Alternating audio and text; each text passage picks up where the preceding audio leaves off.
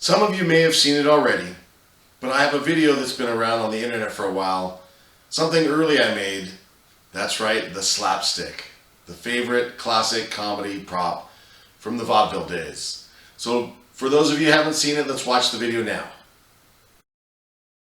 Hey, this is Mr. Pork Pie. Just got it out of the workshop here, and I want to test this out on this little young man right here. Don't go anywhere. No, no, no. I need you over here. I need you over here. Come back over here. The young lady, come over here.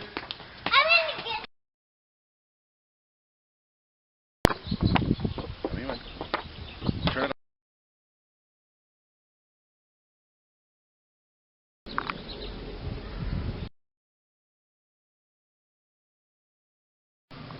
Hi, this is Mr. Pork Pie. I just came out of the workshop, and I want to try something out on this young man. Bend over, sir. Ready? 1, 2, 3. There we go. That's a classic slapstick. Mr. Pork Pie out.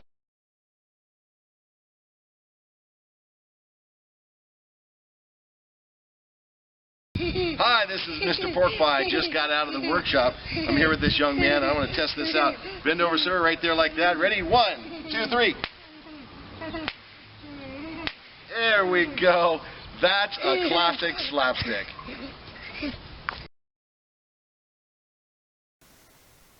Now to make the classic slapstick, you're going to need a few components. I hope you enjoyed that video, by the way, because here it is. I'm going to make it fast and easy for you. A couple strips of furniture grade plywood works really well. Sometimes you can get some good quality wood at the hardware store.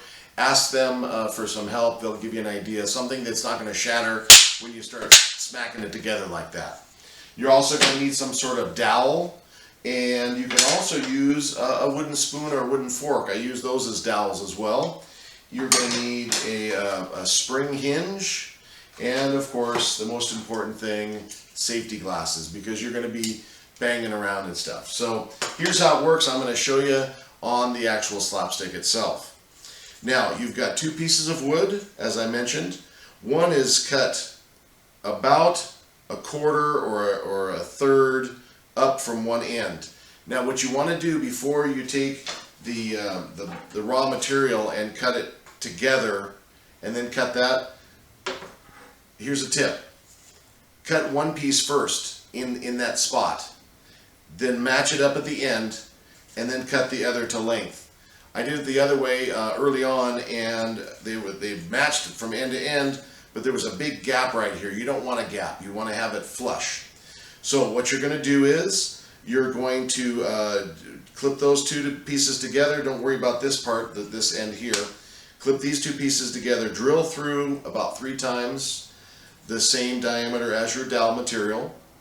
You're going to glue the two pieces together, drive the dowel through it, and then you're going to let it dry. Afterwards, you cut and then smooth it down.